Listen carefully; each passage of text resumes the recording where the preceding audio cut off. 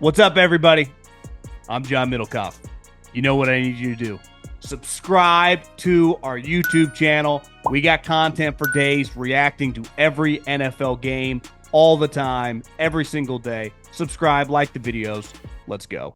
What is going on, everybody? Happy Fugazi Friday. Hopefully everyone's having a great day. Looking forward to the weekend. I definitely am. I haven't had a weekend where I haven't had to do anything. It feels like in a long, long time. Your boy has no plans, and that really excites me, to be honest with you. I don't plan on doing much, if anything, at all. And after last week, which I really appreciate, can't thank everyone enough. We definitely had one of the biggest podcasts we've ever done on Friday night, which is not exactly podcast, grade A position, right? Going into a weekend, but that's what the Shedeur Sanders situation story became.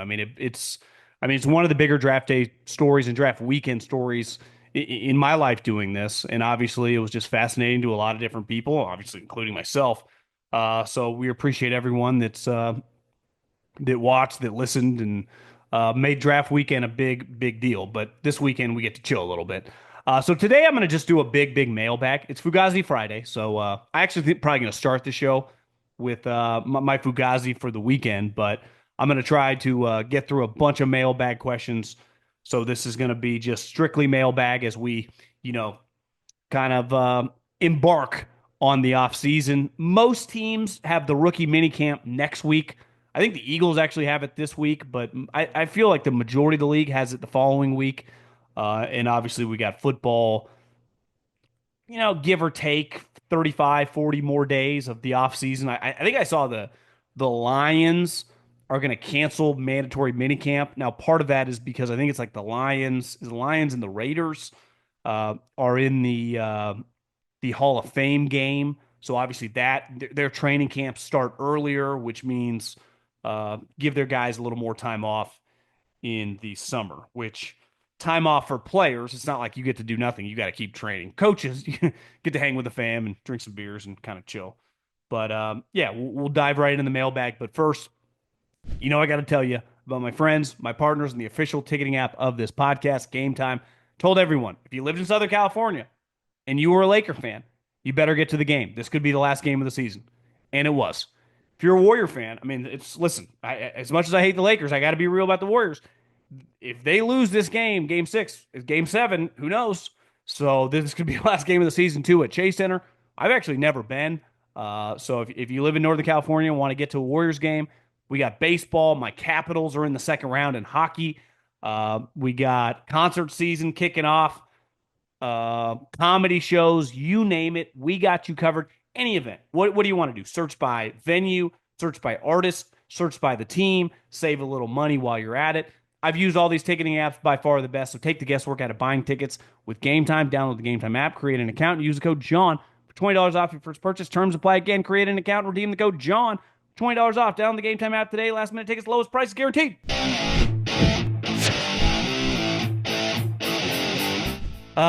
Let's just bang out the Fugazi Friday really quick, because the media is very predictable, and now that we've had social media for a long time, like, we know what they all think, and any issue that comes up, I can give like a 95% accuracy rate on what their take's going to be.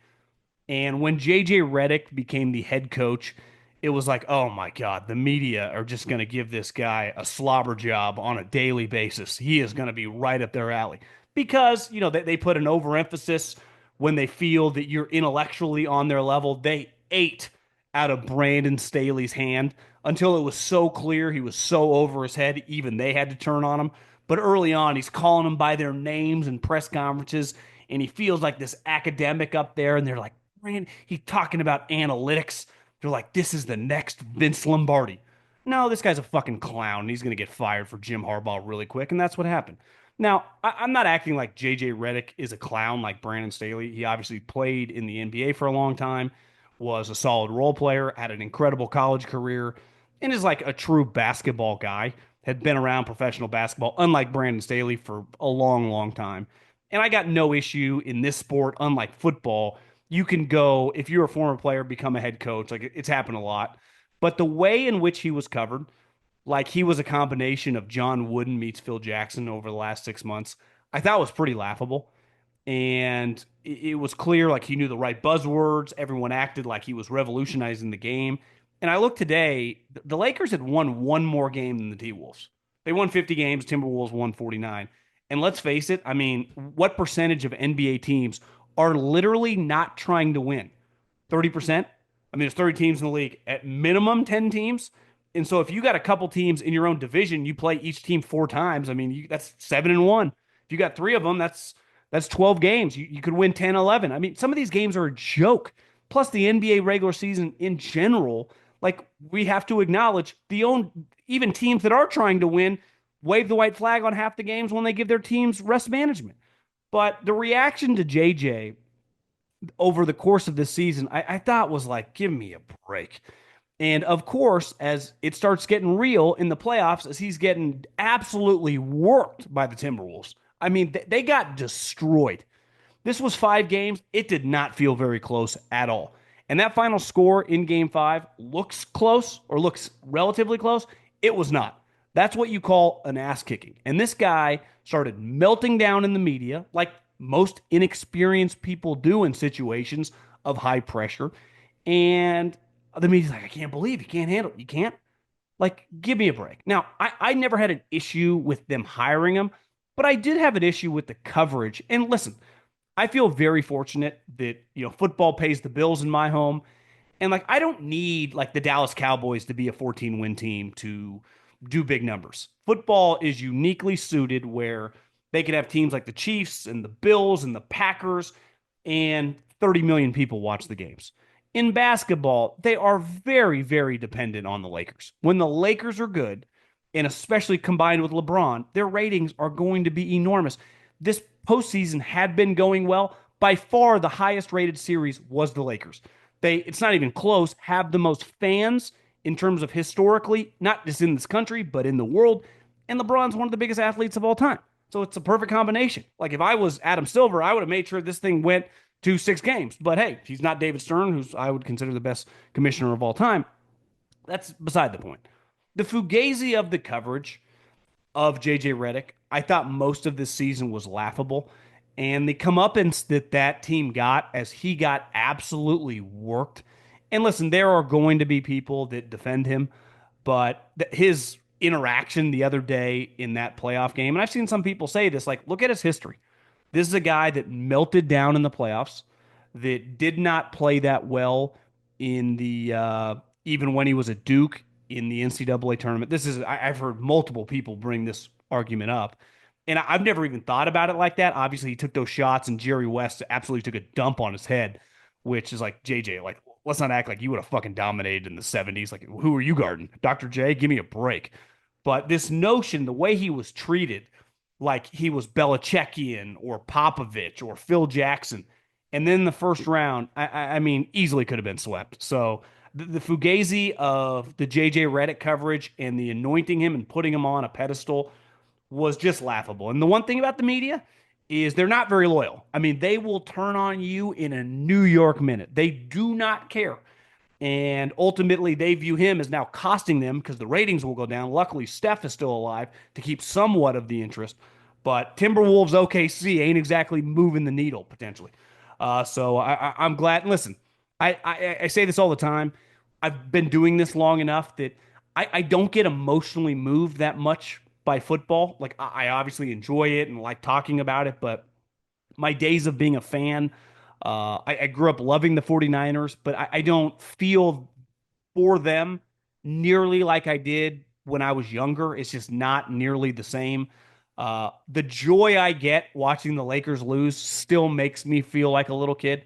I mean, I fucking hate that franchise, and still makes me feel good. So adios, JJ Redick. The NBA 82 game grind is done, and now the real fun begins. The NBA playoffs are here, and it's time for the high-stakes drama, clutch moments, and jaw-dropping plays. Can't wait. If you're looking to make the playoffs even more exciting, DraftKings Sportsbook has you covered as an official sports betting partner of the NBA. From the play-in games all the way through the finals. Now, the time to back your favorite players and teams as they chase glory. All season long, DraftKings has been your go-to spot for NBA player props, and that doesn't stop now. Want to make your playoff experience even more intense? Try placing a bet on your favorite player's performance. Will Curry drop 30? Will LeBron drop 40? Or more? It's your call. Ready to place your first bet? Download the DraftKings Sportsbook app now, lock in your bets, and let's make the playoff run unforgettable. Here's something special for first-timers. New DraftKings customers bet $5 to get $200 in bonus bets instantly. Make it a playoff run to remember with DraftKings. Download the DraftKings Sportsbook app and use the code JOHN. That's code JOHN for new customers to get $200 in bonus bets when you bet just $5. Only on DraftKings. The crown is yours. Let's get to the mailbag.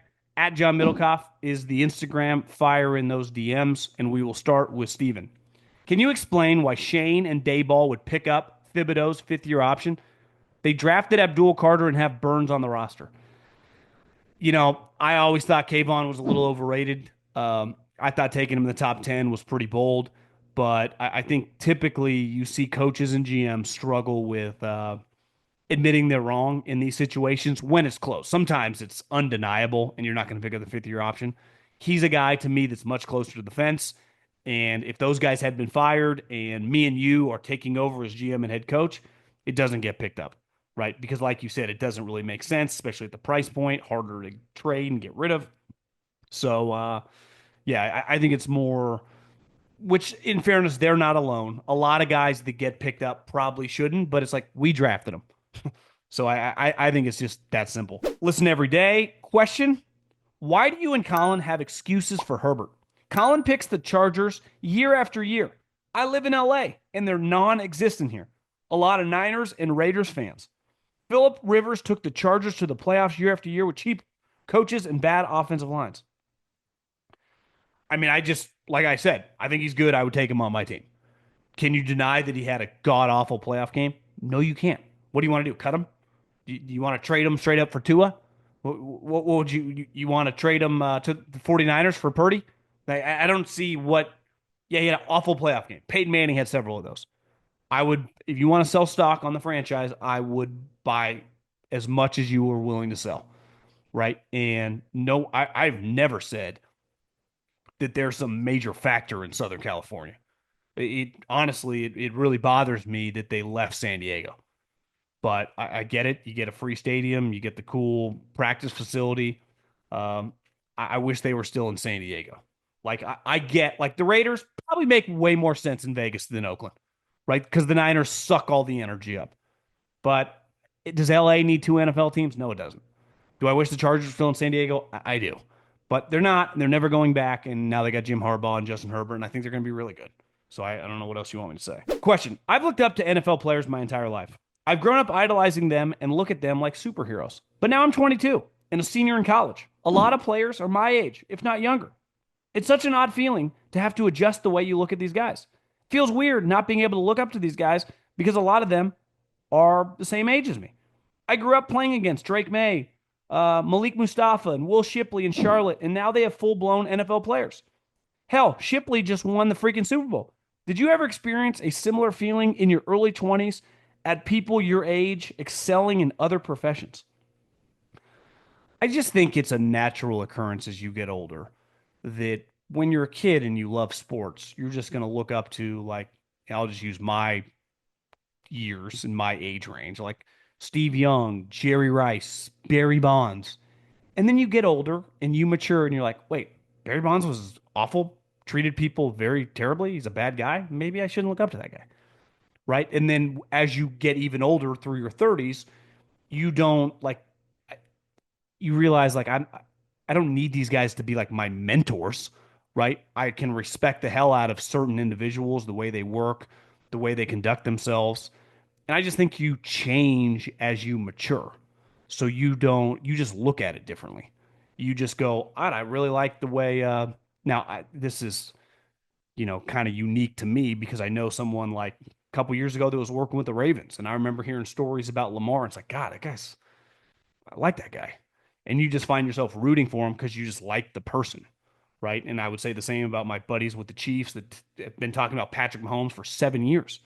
It's like I respect the hell out of his work ethic, the way he conducts himself, the way he operates in the building. So you just kind of change from being a 10-year-old looking up at Michael Jordan or Tiger Woods. And I mean, I loved Tiger Woods when I was a kid. It's like it's a little different as you get older and you start getting caught cheating with women and you're like dating someone. You're like, that's my hero. She's like, what? So it's just it's a natural progression as a guy. Do you think Belichick's incredibly awkward CBS interview where he came across as a hostage will affect his locker room status?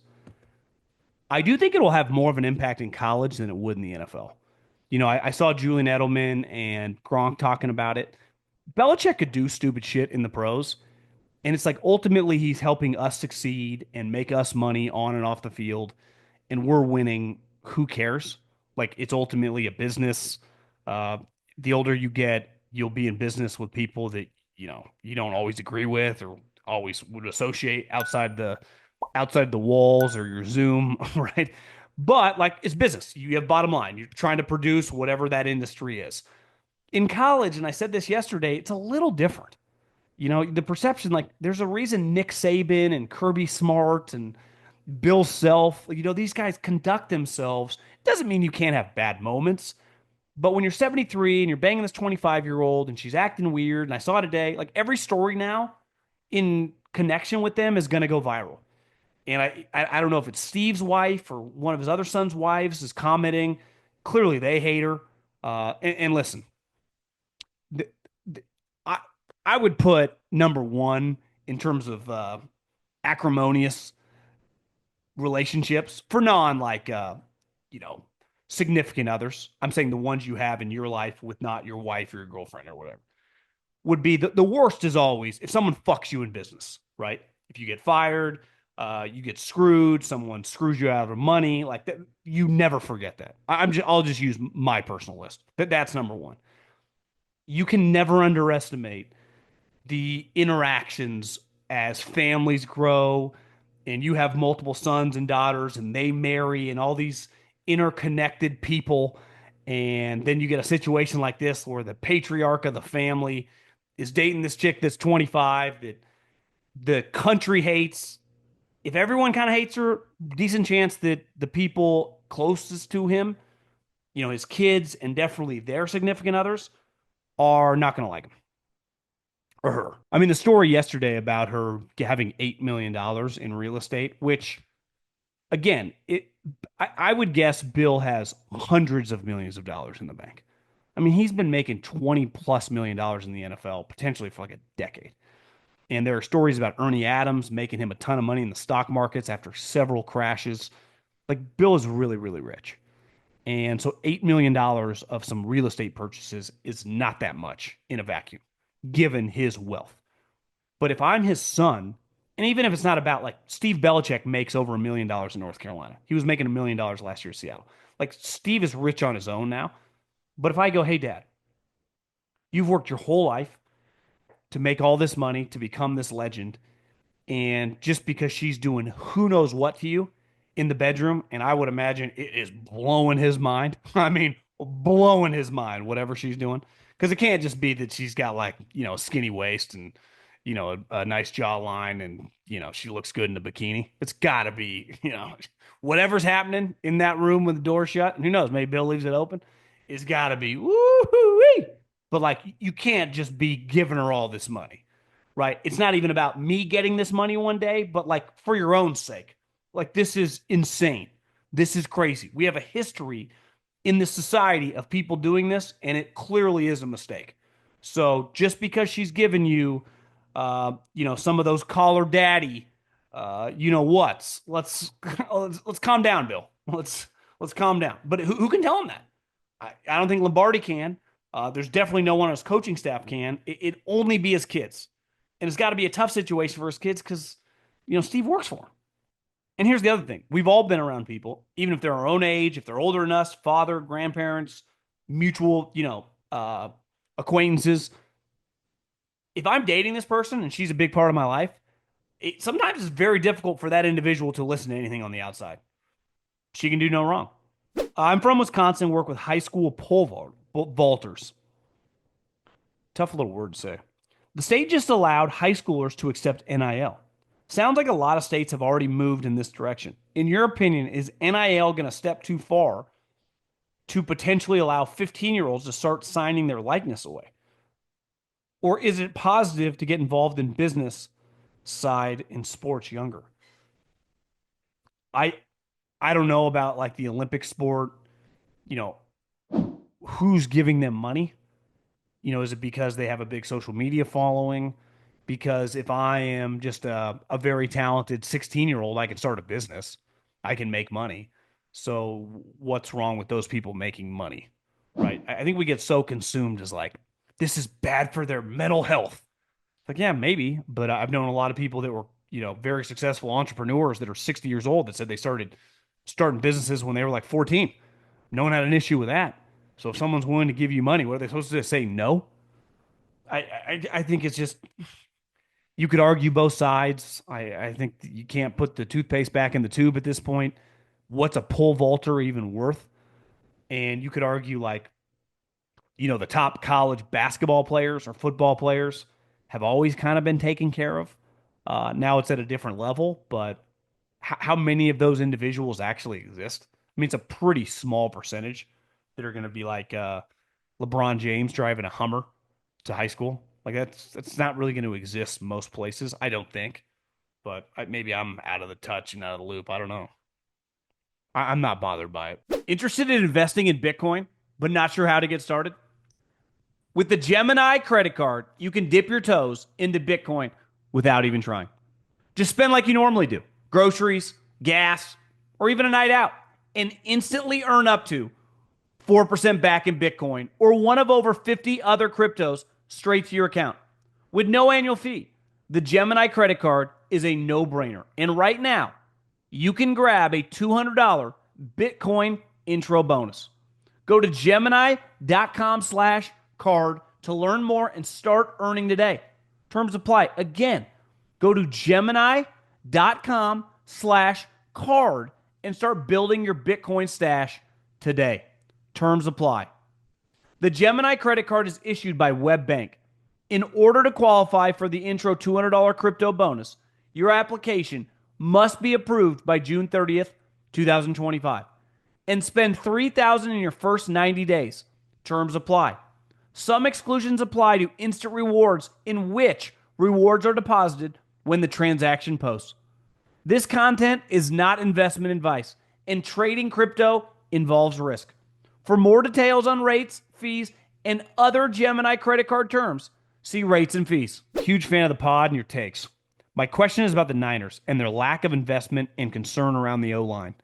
I know they have concentrated on the D-line with the draft and may make trades, but barring Williams and Pooney, Kyle and John haven't really hit on other picks or signings during their time with the Niners. Putting the D-line need aside, we see how many teams like the Lions and the Eagles have done. I just wanted to hear your take on what their plan is moving forward. Not the biggest fan of this individual. Like, I wouldn't have given him $50 million guaranteed, but they did draft Mike McGlinchey in the top 10, and he started for him for 5 years at right tackle.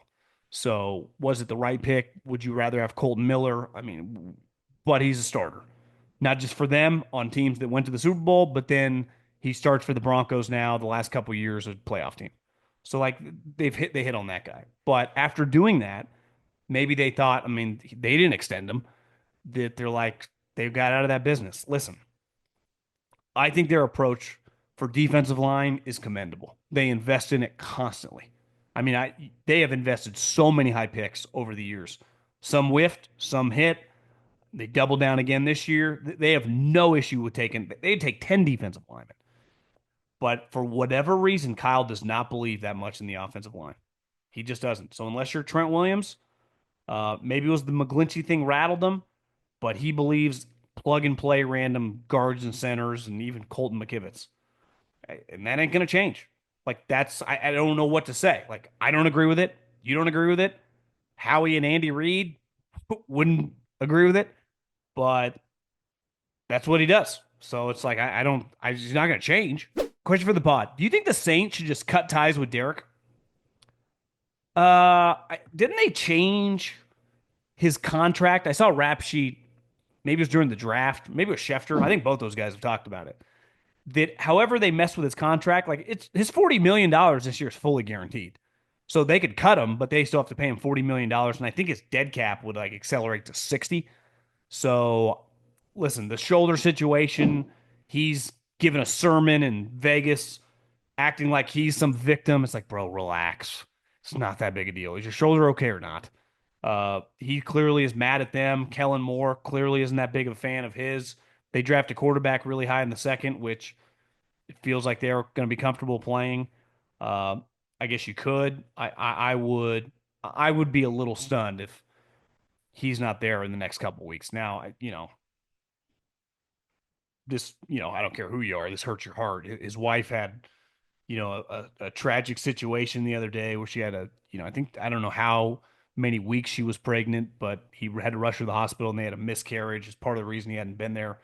I had someone in Fresno like made the local news there and then I saw it on the internet yesterday. So I think maybe that's delayed some of the interaction between them or him and the organization. Uh, Listen, I was around Derek at Fresno State. I've always thought he was probably more talented when he was young than he got credit for. But this Saints situation, when they signed him, let's face it, has been a disaster. Like if they could do it over again, they would not. He's got to be the only player in NFL history who's going to, I mean, after this $40 million this year, he'll have amassed like $235 million. He's never won a playoff game. He does have a lot of Pro Bowls, but like half of those are the fake ones where like someone drops out. It's like Peyton Manning's out, right? Mahomes is out. Josh Allen's going to Pebble Beach. Derek's like, I'm in. Question for the bag. What do you think of the Texans draft? I know Casario is a high level GM, but looking back at 24, the moves for Diggs and Mixon doesn't make sense given the 25 draft of the two wide receivers and a deep running back. Well, listen, you take swings on guys like Diggs.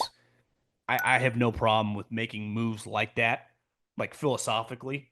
Now, we can argue over the individual player, but moves like that happen constantly. Older veterans who have been high level players who are kind of expensive, you have some cap room and you make a swing on. The Commanders just did it with Debo, right? I totally understand moves like that. Some work, some don't. And the Diggs situation, obviously, he wasn't quite as good, and then he tears ACL. Uh, I think part of it, I think they take what two wide receivers with their first three picks. Tank Dell was an excellent player, so it looked like him and Nico Collins, like you got a dominant little wide receiver crew with your young quarterback. I I'm not trying to be Debbie Downer here, but I mean, there's a chance he's never really able to play football again, and definitely not impactful football. So the moment that happens, you got to draft some wide receivers. you know. So I think they took two Iowa State guys. I'm this is all off. I looked at it earlier today because when I took the screenshot, and they took an offensive tackle, which I think the Minnesota offensive tackle, which a lot of people liked, but a lot of people like the Iowa State receivers too. I mean, those guys. I don't know. The 49ers were really interested in them. A lot of teams I saw brought them in for visits. I got no issue with it. I really don't because you have to look at it like Tank Dell doesn't exist anymore, which sucks to say. I mean, talking with a buddy with the Texans, like they love Tank Dell. They love those two guys. I mean, they think Nico Collins, and who doesn't, is a monster. I mean, that guy, honestly, he's got one of the best contracts in the league. But when Tank Dell has that situation where he's laying in the back of the end zone back to back years, it's one thing to break your leg. It's another thing that injury. I mean, guys are in tears. I think you just got to bank on it never being the same, which sucks. But I'm a pretty laid back guy and generally laugh and roll my eyes at the outrage culture all over social media. I agree. But I feel like an old man. I'm so pissed off at Abdul Carter. I just can't get over the sheer audacity of asking for LT's number. It reeks of arrogance and disrespect. And I won't lie, I'm rooting for this guy to fail. There's been so many draft busts throughout NFL history that this guy will always be the fool that asks for LT's number. Uh, Here's the one thing I think you're overestimating. I don't know how, I'm guessing you're a little older than me because I don't really remember. I mean, no, I don't remember at all watching LT play. By the time I really came into a football watcher that I can remember, like 93, 94, 95, when I was like, 9, 10, 11 years old, he was done. Obviously, he's widely considered the best defensive player ever. Belichick swears by him. But Abdul Carter, I think sometimes when you get a kid, his respect level for LT, if he had been, this might not be a perfect example, but Abdul Carter was born in 2004. I feel like a pretty young guy. Like I feel pretty young. I was a sophomore in college when this guy. Actually, I was a freshman in college when this guy was born. Like that's I'm 40 years old. This guy, like, not only never saw Lawrence Taylor play, it's hard to put in context people that were born way before you kind of came into your own, whether it's a fan or a player. So I get it. Like, I think if LT had been Von Miller, like Von Miller had been this great player, and it's his number was he had helped the Giants win a Super Bowl, or even let's just say Abdul Carter wanted Eli Manning's number, something that he could contextualize. I think it would feel a little different to him, and maybe he wouldn't say it. But I think it's harder to judge a young person. It's like when I was a kid. It's like trying to think of athletes, whether it was Jerry West or Rick Barry or Mickey Mantle or Jim Brown. It's like I have no context of these. I can Google it all I want, but it's not the same as watching it. Would he have asked for it if it was Von Miller or Aaron Donald or someone like that? Probably not. Hopefully, if he would, then I'm with you. Kind of douchebag material. But I give you a little, like, what year did you think LT stop playing? Like, I'll be honest. I mean, I do this for a living, so I mean, you just talk about football and these guys so often. When you say the word Lawrence Taylor, when you just say Lawrence Taylor, the first thing I think about is not sacks. It's crack. I mean, I think of a guy that's widely considered the best player ever that dominated while doing crack. He retired over a decade before this guy was even born. So I hear you. I would get the outrage if I was of age. Like if Bo Nix had asked for Peyton Manning's number, I'd be like, what? The other thing is, what's the point of retire? Now, in football, it's a little harder, unlike some of these other sports where you got, basketball, you got 10 guys that play max, and only a guy that would ask for a number would be like an elite player that would want a Legends number. So there's a lot of options. In football, there's not as many as you think. But if you retire a number, isn't that kind of retired? Like that number is now as untouchable. It's like, hey, I'm just calling, like Joe Montana or John Elway or whoever. It's like that number's off limits, guys. Now, do you get to a point where you have 25 numbers retired? You have a problem. How do teams adjust for salary cap? They're forced to sign players because of injuries. I think I've been asked this question. I would assume most teams get enough money back from voided contracts, non-guarantees, that it would significantly outweigh signing backups. I'm not a. You'd have to get a cap guy to explain that. I don't know, and I definitely don't know how to articulate that. So that's all. I've been asked that a couple times. Great question. Question for the pod. I'm a recent Iowa State grad, as I've been working my first full-time job. Congrats. Welcome to the workforce. I've been considering starting my own YouTube channel slash podcast and hopefully turn that into my full time job. What recommendations would you give? Thanks for reading my message. Uh,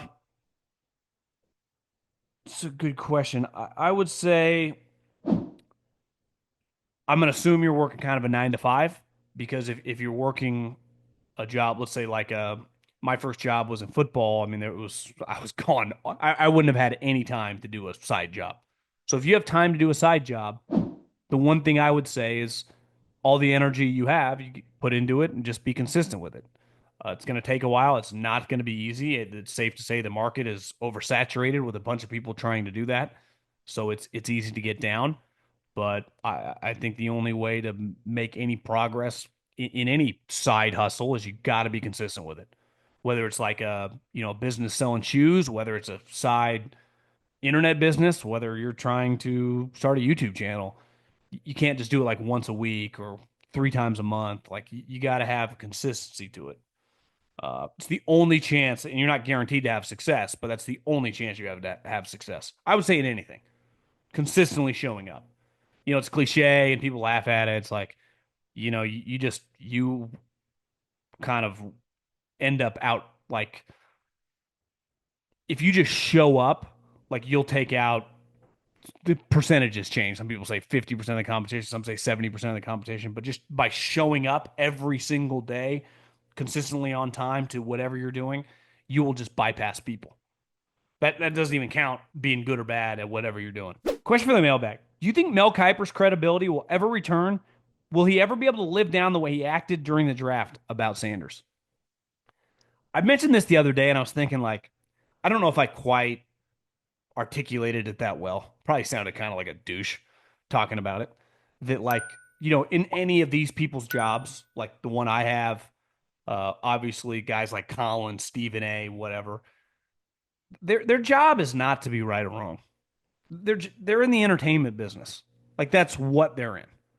And if you're a GM, I was watching Joe Ortiz today on McAfee. Like his only job is to pick and sign good players. Like that's his job. And the more good players he signs and the more bad ones he bypasses, he'll be good at his job. His job's not to be a politician. His job's not to be happy all the time. His job's not to entertain people. It's just to like know the right football players to sign, right? This job to make money is people that are advertising on this show, push their product by having a large audience and people that come back over and over that, listen to what I say. That is literally the job, right? And I think Mel Kiper's job, whether he's right or wrong, is completely irrelevant. He's never had a team take the field on Sunday. His job is to entertain. Now, you could argue like, has he been there too long? Right? Is he overstayed his welcome?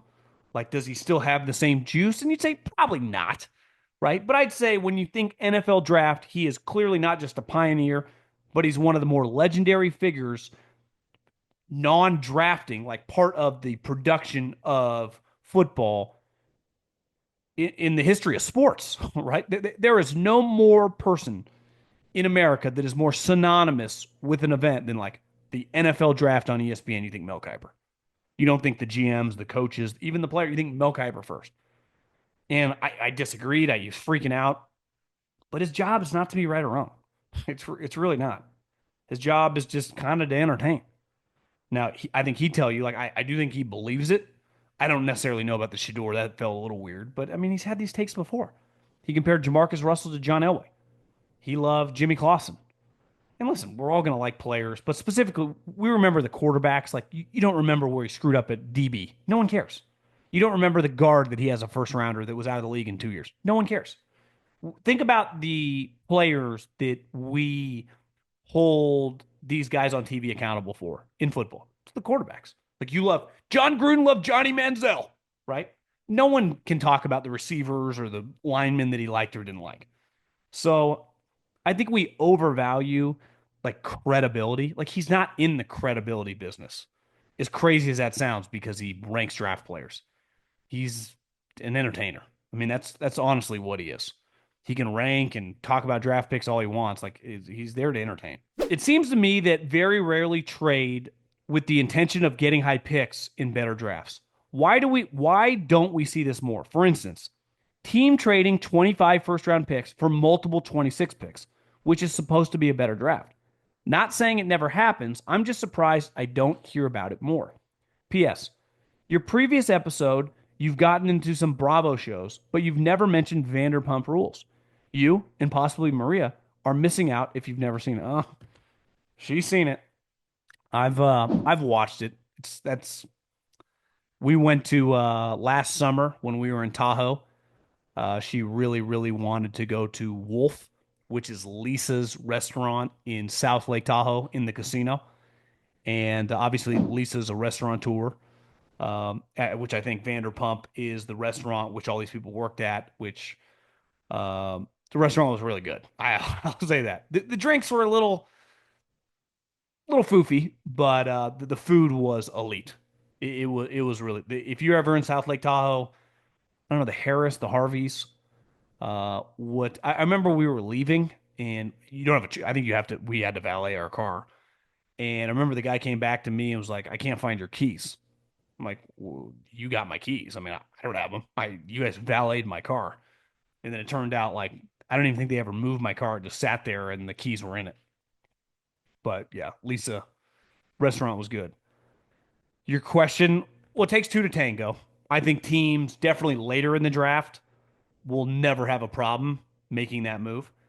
I also think sometimes it's tough to convince a coach if they like a player that we're not going to get a pick.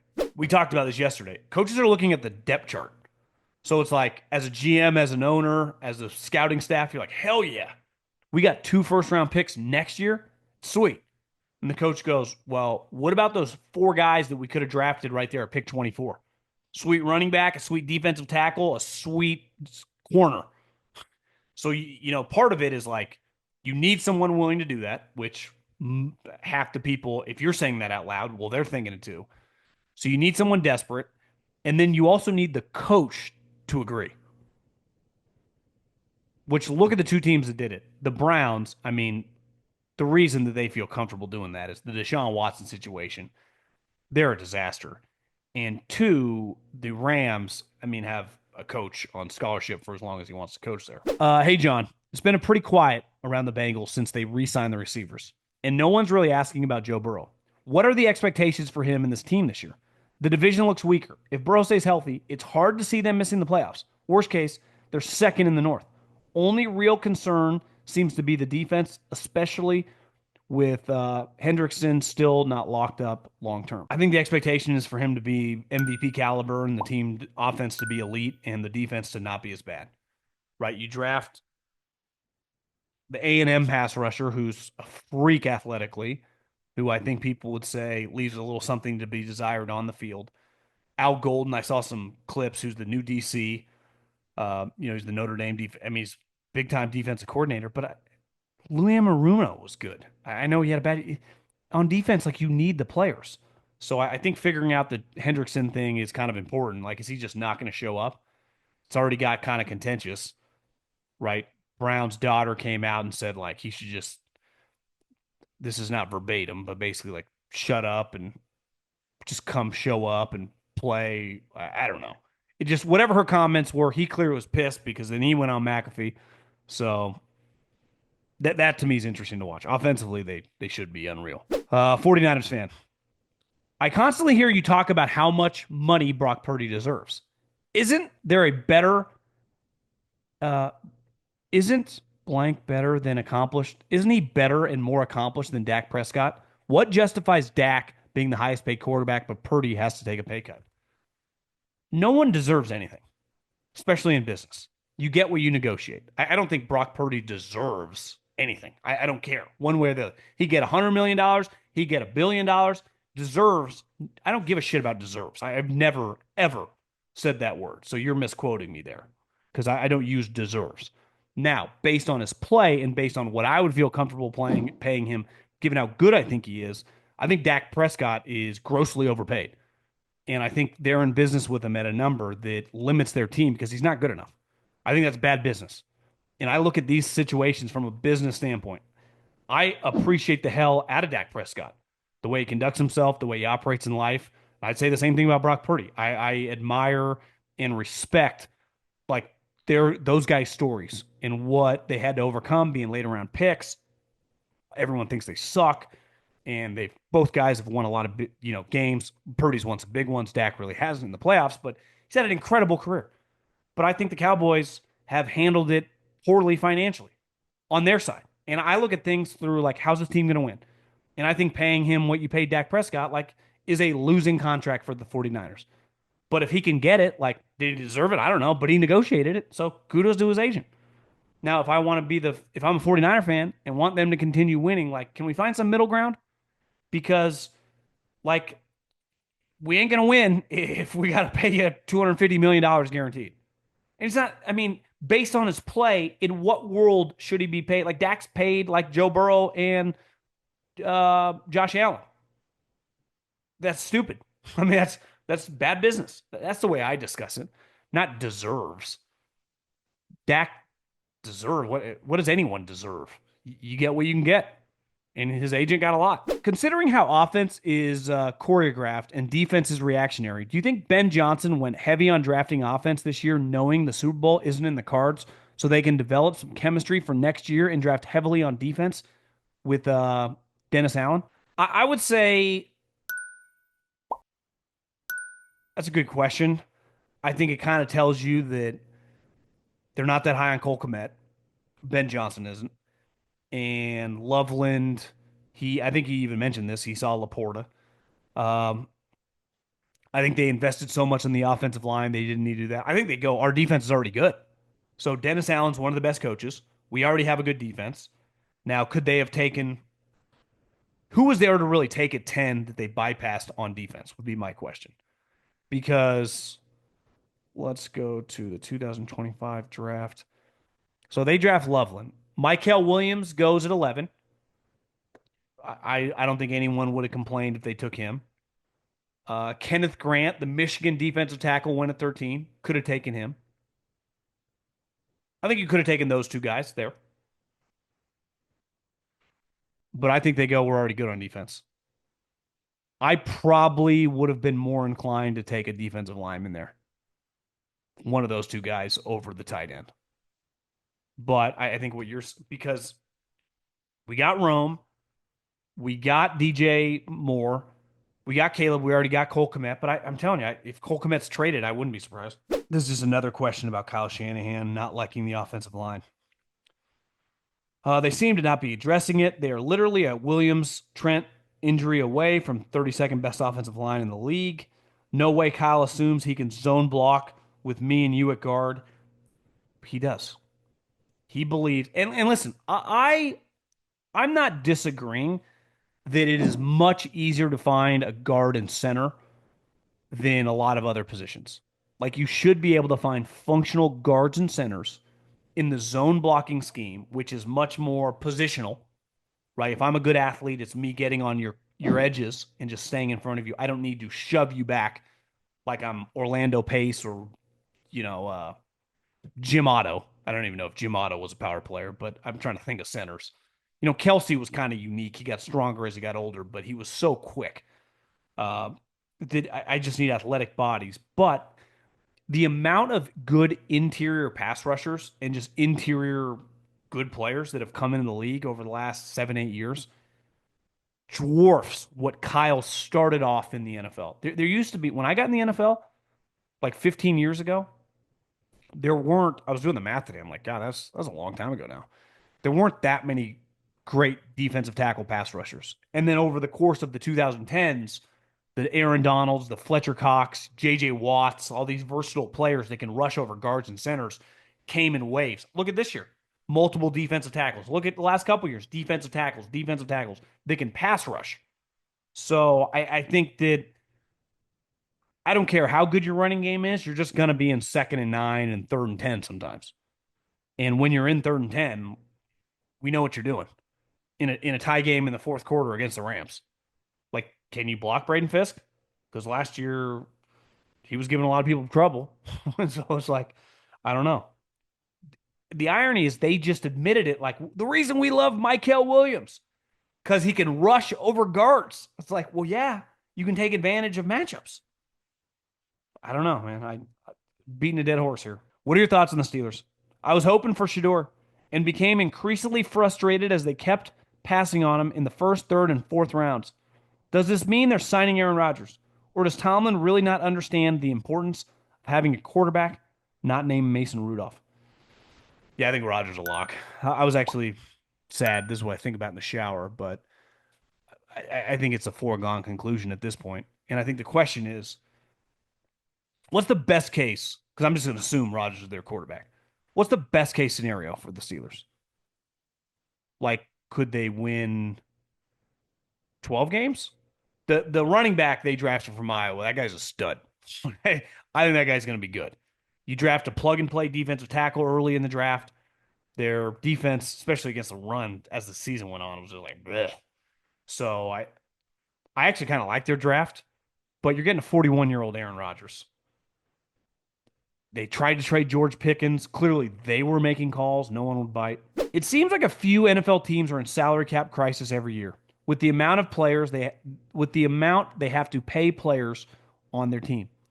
Do they have to worry about paying newly drafted players all that guaranteed money, especially when they have high draft picks every round? Do certain teams have to make roster moves pre or post draft to accommodate the money?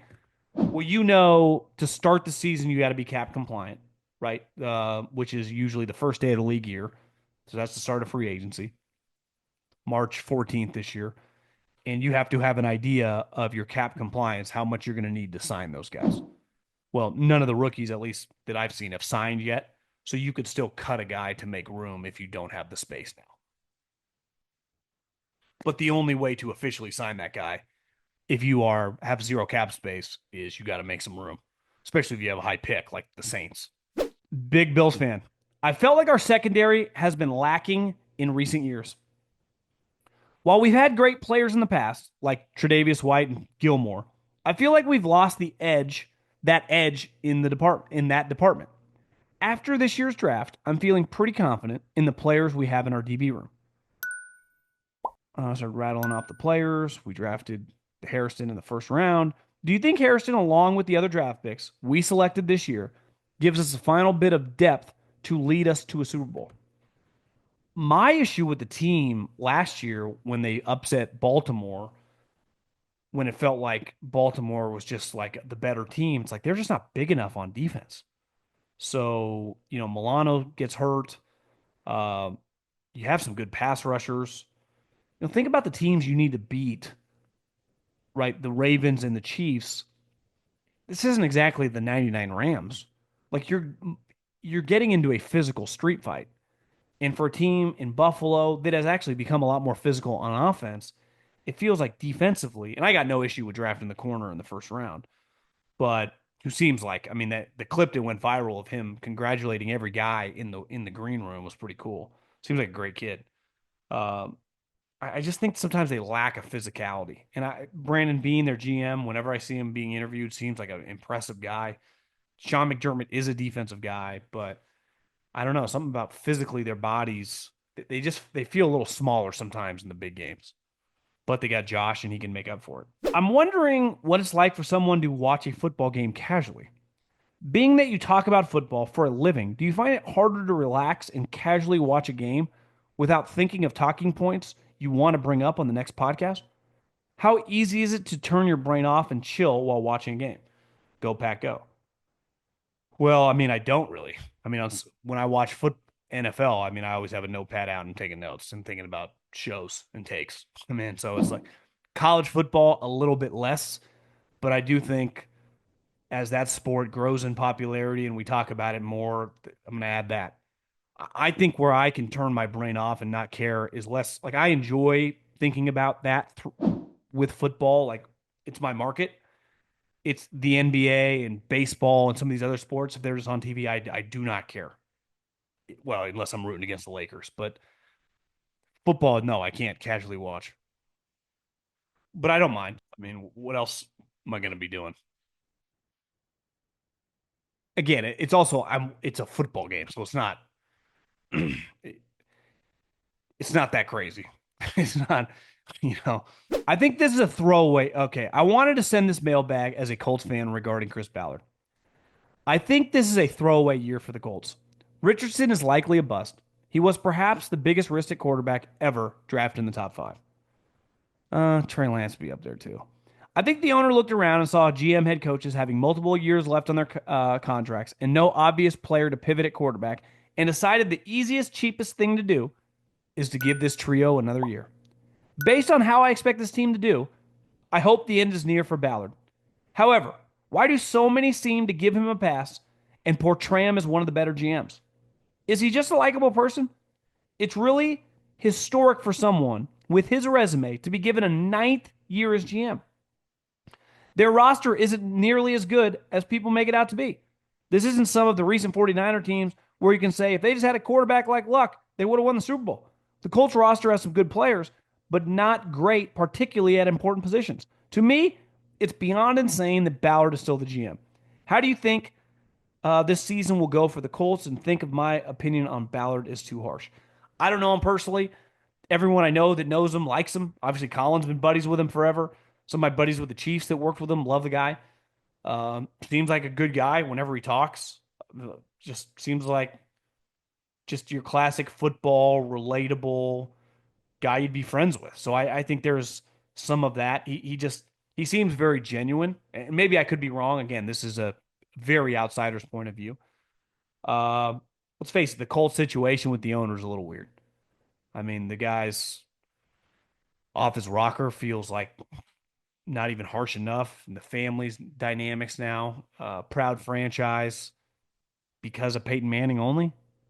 I mean, how often can you just run an organization where the head coach, or I mean, the quarterback also becomes like essentially your offensive coordinator? And they had a great, Hall of Fame GM in Polian. So, yeah, I mean, I think like there's a reason Grigson gets kind of bitter at like the way his general manager tenure is portrayed relative to Ballard when he was winning a lot. And I think most people push back. It's like, well, you had Andrew Luck, and this team has had no quarterback. Now, I mean, they seriously had no quarterback. It is hard to find a quarterback. It's why I saw Jason Light asked about it yesterday. Like, how awesome is it going into a draft where you do not need to think about a quarterback? And he just had a smile ear to ear. It's just the best feeling of all time because one, no one has any clue, and like they took a big swing on Anthony Richardson. Let's face it, they were pretty desperate, and they were doing a bunch of 1 year band aid situations with Matt Ryan's and Philip Rivers and Carson Wentz, and it was becoming a disaster. So they took a huge swing, and it's now blown up in their face. So yeah, I don't know what else to say. I think they're probably in trouble if they miss the playoffs. Now that NFL games are being played outside the country, do you think someday a Super Bowl will be played in countries like Germany, Mexico, or Brazil? At this point in time, I would never say never. But that does feel a little far away as sitting here today. Now, is that 50 years away? Probably not. But like in the next 5, 10 years, feels like we got a little ways to go. I've been watching the pod since Colin. Love the perspective. I've grown up in Kansas City and been a Chiefs fan forever, but also a huge Tiger fan. So I've loved the Eagles since I was young and they drafted Macklin and had Andy as a coach. Jeremy was a good player. My question, quarterbacks excluded. Who would be the top 2 or 3 players currently in the NFL that you would want to start a franchise from scratch with and why? I know you value certain positions as ever changing with in the league, the play calling, officiating, but curious who you'd select. Obviously, if you can't take quarterback, I think you have to start in the line of scrimmage. So when you think of the best tackles, some of them are old. Trent's old, Lane's old. I think you would start with some version of Wirfs. I know Darisaw got hurt last year, but it would be some Panay Sewell would be really high. I think you'd be hard pressed to go wrong taking one of those guys. And if you weren't going to take an offensive tackle first, I think you'd have to think about some sweet defensive linemen. If Jalen Carter, if I could bring a couple of high level veterans to just keep him in line, he'd be hard to pass up. I think Jalen Carter. It feels like most of the best pass rushers are a little older. Myles Garrett, T.J. Watt. Uh, I'm sure I'm missing somebody. Khalil Mack's way older. Uh, that Benito guy is kind of interesting. I don't know if you take him 2 or 3, but I think I'd go with tackles. And if I had to go with the skill guy, I'd probably be like Jefferson or Chase. Okay, we're going to end on this. Love the show. And 99% of the time, I agree with your takes. But I disagree heavily with the Big 12, and that is the fourth in the Power 4 rankings. The ACC does have 3 big dogs, but Clemson's not Clemson of 5 years ago. FSU couldn't beat the bottom feeders, and Miami didn't even make the conference championship. And the rest of the ACC is a joke. I believe if you did an ACC versus Big 12 top to bottom challenge, the Big 12 would come out with more wins.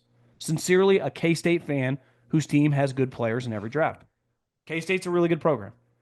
And I don't I understand being a fan of K State and hearing me say that and going, Middlekauff, you're a fucking clown. But let's just bring up the standings. Okay, the ACC. They had two playoff teams in SMU and Clemson, and I think Clemson's going to be pretty good next year. And they're going to be a preseason top 10. They got a good young quarterback. They got multiple, wide receivers. Defense has fallen off a little bit, but I think Clemson, if I had to pick between the two conferences, Clemson would be my number one pick. People are pretty high on SMU now relative to like Penn State, Ohio State, Georgia. Yeah. But like, I know Arizona State had a good year last year. I'm with you on Miami. Syracuse went 10-3. Miami went 10-3, but their defense sucked. Louisville went 9-4. Boston College has Bill O'Brien, who's just a good coach. North Carolina hired Belichick. You said Florida State couldn't beat bottom feeders. 2 years ago, they ran the table. And their quarterback, who just retired from the NFL, leg snapped in half. That program, I mean, two of the best players on the Rams are second-year players. So I think Florida State, I'm giving them a little reprieve from that year. Arizona State won your conference at 11-3. Iowa State's good. BYU's solid. Colorado, I mean, just lost their two best players, and we saw BYU play Colorado in that bowl game, and they beat the shit out of them. I don't think Baylor's that good. Texas Tech spent a lot of money. Here's what I would say. I do think the ACC is much better at the top. And I determine a conference like no one cares about your bottom, right? The Big Ten's bottom sucks. The SEC's bottom sucks, but has a lot of NFL players on their bottom teams. But I don't judge you on your bottom. Now, your mid-tier depth, like is Boston College, Pittsburgh, Virginia Tech, Duke. Would you take TCU, Texas Tech, K-State, West Virginia? Kansas had a weird year because they started slow. They're a good program. Cincinnati. Utah had an awful year. Yeah, I think ACC is better at the top, which is what matters the way we talk about the playoffs. The depth of your conference. Yeah, if we wanted to argue that. Here's what I will say. The gap between the ACC and the Big 12 combined relative to the other two is pretty big. So the best teams in your conference, Arizona State won the conference. They're going to be good again. I bet Iowa State's still really good. BYU is going to be good. I bet Utah bounces back. I mean, it's got to be the worst year Whittingham's ever had. God, Arizona State or Arizona was terrible last year. I respect the programs and the coaches in your, in the conference, just relative to like Georgia, Bama, LSU, Tennessee, Ohio State, Michigan, Penn State. There's a gap. Oregon. I mean, it's just that's what I'm talking about. So I like when I talk about the best teams in the NBA, I don't care about the shitty ones. You're compared in college football by the cream of your crop. And I do think the top of the ACC is much better than your conference. Okay, before we get out of here, I need to welcome everybody to Chasing Challenges, brought to you by Microsoft. In the NFL, just like in the business world, overcoming obstacles is key to success. Microsoft empowers business decision makers with AI solutions, simplified cloud and data management, and trustworthy, responsible technology to turn challenges into opportunities. In this segment, we will explore some of the biggest challenges being faced in the NFL and how they can be overcome. Whatever challenge you're facing, Microsoft empowers you with the expertise to say, bring it on. This week, we're discussing the challenge faced by NFL teams when it comes to getting their rookies up to speed. These guys, all these guys that you drafted, have not been working out like they normally do. They have been traveling all over the country, doing visits with programs. They have been doing weird private workouts. They like train for the pro day, and then they haven't done much since. So when you start your rookie minicamp, either this weekend or next weekend, it's not really a normal practice. A lot of these teams now have turned into a glorified walkthrough. But here's what we know. Whether you're the Bills, the Ravens, the Chiefs, the Eagles, the Lions, or you are the Jags, the Titans, and the Giants, you are going to depend on rookies to impact your football team.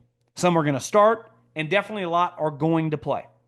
So the key, these next 30, 35 days of OTAs in the offseason, is about teaching these guys the base of your playbook.